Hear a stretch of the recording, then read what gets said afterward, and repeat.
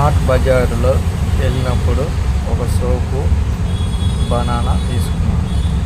అవి చూడండి ఎంఆర్పి రేట్లు, ఒకటి 41, ఒకటి 47 ఉంది.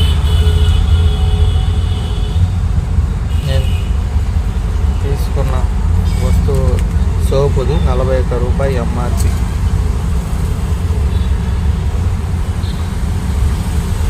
రెండో వస్తువు చూపిస్తాం.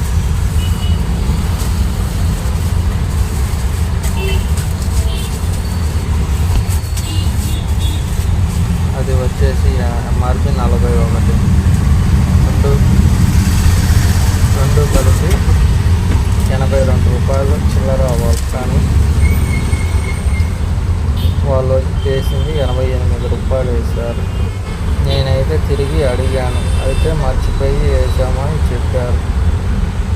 సరేలే అని తిరిగి